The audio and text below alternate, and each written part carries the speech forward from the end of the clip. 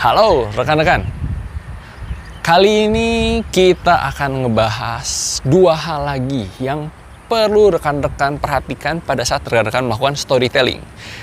Penjelasan ini berdasarkan buku The Art of Public Speaking by Dale Carnegie. Apa saja dua hal tersebut kita tonton setelah intro berikut ini.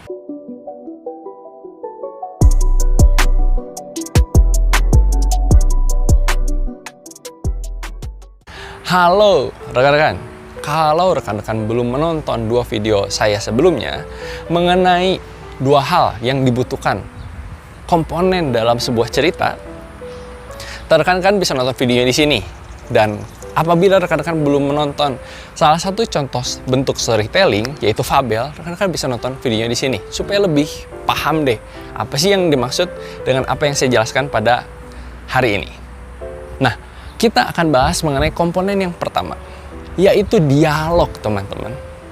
Dalam public speaking atau dalam kita bercerita, pasti ada dialog biasanya. Karena kita bukan sebagai narator doang. Kita bukan cuma sekedar cerita tentang suatu keadaan atau suatu kegiatan. Pastikan di dalam cerita kita itu ada dialog dari karakter atau beberapa karakter dengan satu orang karakter, interaksi antar beberapa karakter. Dialog ini fungsinya adalah untuk menghidupkan suasana. Dan kan di video sebelumnya saya sudah jelasin mengenai kita tuh harus menunjukkan karakter dari setiap tokoh yang ada. Gunakan karakter tersebut, gunakan sifat dari karakter tersebut pada saat mendemonstrasikannya. Sebagai contoh, misalnya saya bertindak seolah-olah sebagai gajah yang sombong. Hei kancil, apa maksud kamu bahwa kamu adalah hewan terkuat yang ada di hutan? Sombong, badan saya pun tiba-tiba menjadi besar dan suara saya menjadi berat begitu ya. Kita juga bisa berperan misalnya sebagai kancil yang ceria tapi cerdik.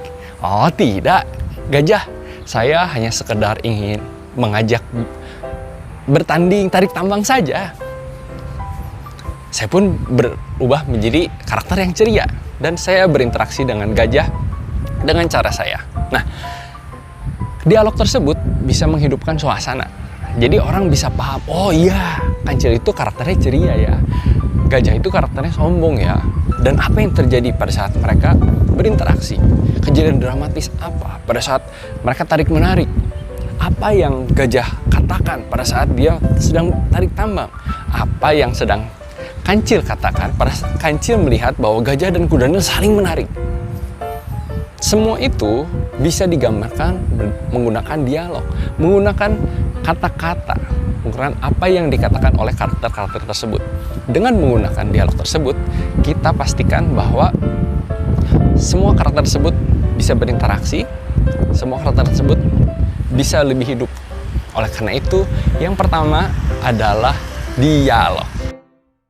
Hal yang keempat yang rekan-rekan perlu perhatikan pada saat melakukan storytelling, yaitu visualize. Visualize itu adalah menggunakan kata-kata yang bisa divisualisasikan oleh pikiran kita. Kata-kata ini biasanya deskriptif ya.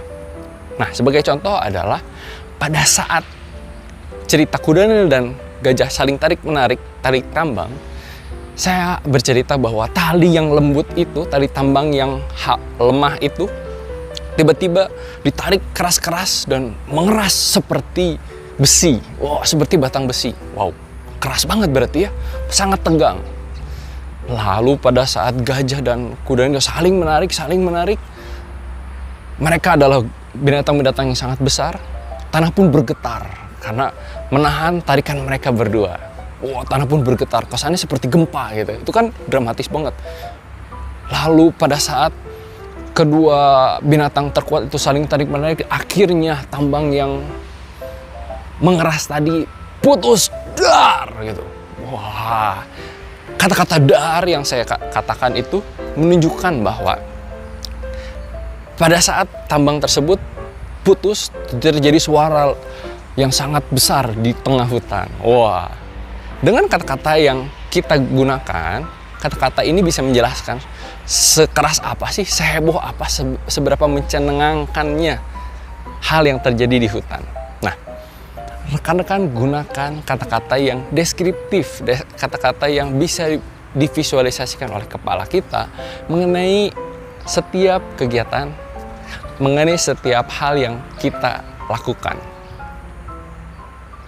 Nah, rekan-rekan gunakan kata-kata yang deskriptif, yang bisa divisualisasikan oleh kepala kita, oleh otak kita mengenai hal yang terjadi dalam cerita storytelling kita.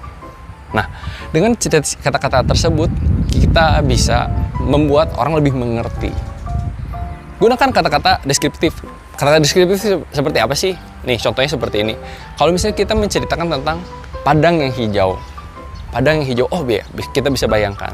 Kita bisa menggambarkan gajah yang kekar dan kuat. Orang bisa menggambarkan. Misalnya kita menceritakan bahwa gajah itu memiliki kaki yang kokoh seperti batang pohon jati. Gajah itu memiliki belalai seperti ular boa, ular piton, ular anaconda yang sangat berotot dan kuat. Kita menceritakan misalnya seorang kuda Nil adalah sebuah karakter yang memiliki badan yang sangat berat. Pada saat dia masuk ke dalam sungai pun sungai bergetar karena badannya yang sangat besar dan kuat tersebut. Oke? Gunakan kata-kata deskriptif pada saat kita mencoba untuk menjelaskan karakter, mencoba untuk menjelaskan sebuah kejadian. Dengan kata-kata itu bisa membuat orang lebih paham, lebih mengerti, dan juga bisa membantu untuk mendramatisir cerita storytelling kita. Apabila teman-teman tertarik tentang teknik-teknik public speaking, teman-teman bisa subscribe dan like dan berikan komentar. Kira-kira teknik apa lagi yang harus saya ceritain nih? Kalau misalnya teman-teman ingin belajar public speaking secara offline maupun online, bisa klik tombol di bawah dan kita diskusikan kapan kita bisa kelas di Bandung. Sampai ketemu di video selanjutnya.